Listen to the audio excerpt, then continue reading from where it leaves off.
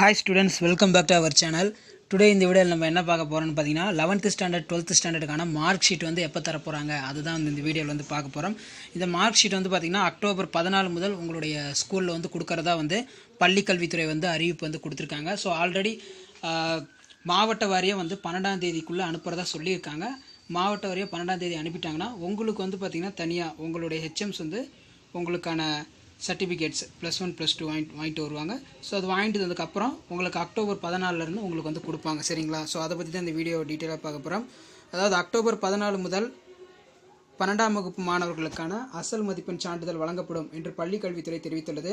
அரசு பொதுத் தேர்வு எழுதிய 12ஆம் வகுப்பு மாணவ மாணவிகள் அசல் மதிப்பெண் சான்றிதழ்கள் மதிப்பெண் பட்டியல் வழங்குதல் குறித்து அரசு தேர்வுகள் துறை இயக்கம் வந்து அறிவிப்பு வெளியிட்டிருக்காங்க. இந்த அறிக்கையில் மார்ச் 2020 மேல்நிலை 1ஆம் ஆண்டு 2ஆம் ஆண்டு அதாவது +1 +2 பப்ளிக் எக்ஸாம் எழுதுனவங்களுக்கு சான்றிதழ் வந்து எப்போ கொடுக்குறாங்க, மதிப்பெண் சான்றிதழ் மதிப்பெண் பட்டியல் அதே மாதிரி மறுகூட்டல் மற்றும் மறுமதிப்பீடு முடிவு உள்ளிட்ட மதிப்பெண் சான்றிதழ்களை வர 14/10/2020 அன்று வழங்கப்படும் அப்படின்னு சொல்லியிருக்காங்க. பள்ளி மாணவர்கள் தாங்கள் பயின்ற பள்ளி வாயிலாகவும் தனித்தேர்வர்கள் தாங்கள் தேர்வு எழுதிய தேர்வு மையம் வாயிலாகவும் அசல் சான்றிதழ்களை மதிப்பெண் பட்டியலை பெற்றுக்கொள்ளலாம். ஸோ இதில் தனித்தேர்வர்கள் இருப்பாங்க பார்த்தீங்களா, ப்ரைவேட் கேண்டிடேட், அவங்களுடைய எக்ஸாமினேஷனுக்கான சர்டிஃபிகேட்டும் வந்துருச்சு அப்படின்னு சொல்லியிருக்காங்க. 14ஆம் தேதி கொடுக்கறதா. தமிழகத்தில் அக்டோபர் 14 முதல் +1 +2 வகுப்புகளுக்கான அசல் மதிப்பெண் சான்றிதழ் வழங்கப்படும் என பள்ளி கல்வித்துறை அறிவித்துள்ளது.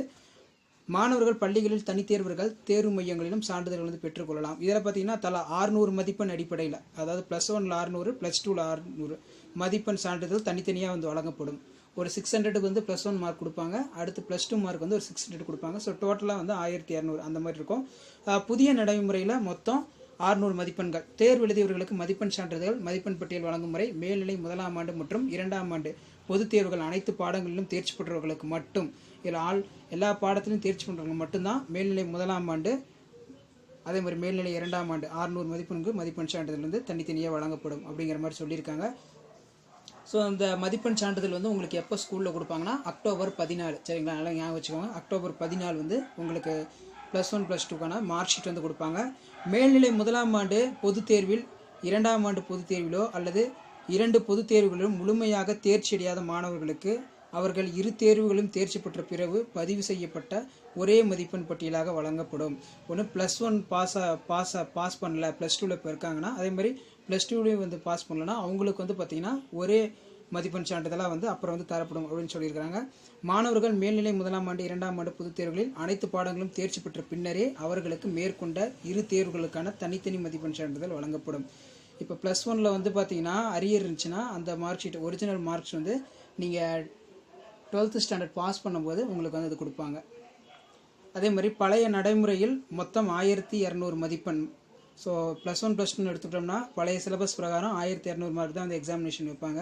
இப்போ +2 தேர்வு எழுதியவர்களுக்கு மதிப்பெண் சான்றிதழ் வழங்கும் முறை பழைய நடைமுறையின்படி 1200 மதிப்பெண்கள் அதாவது நிறைய தர பதிவெண் கொண்டு தேர்வு எழுதி மேல்நிலை 2ஆம் ஆண்டு தேர்வர்கள் இதற்கு முந்தைய பருவங்களில் தேர்ச்சி பெறாத பாடங்கள் மார்ச் 2020 பொதுத் தேர்வில் எழுதி அனைத்து பாடங்களிலும் தேர்ச்சி பெற்ற பின் அவர்களுக்கான ஒருங்கிணைக்கப்பட்ட அசல் சான்றிதழ்களும் முழுமையாக தேர்ச்சி பெறாதவர்களுக்கு அவர்கள் தேர்வு எழுதிய பாடங்களுக்கான மதிப்பெண் சான்றிதழும் வழங்கப்படும். பாஸ் பண்ண வாட்டி கொடுப்பேன் அப்படின்னு சொல்லியிருக்காங்க. நிரந்தர பதிவெண் இல்லாமல் மார்ச் 2016 பொதுத் தேர்வு மேல்நிலை 2ஆம் ஆண்டு தேர்வு எழுதிய தேர்வர்கள் தற்போது மார்ச் 2020 பொதுத் தேர்வு எழுதியிருப்பின் அவர்களுக்கு தேர்வு எழுதிய பாடங்களுக்கான மதிப்பெண் சான்றிதழ் வந்து வழங்கப்படும். சில முக்கிய குறிப்பும் கொடுத்துருக்காங்க.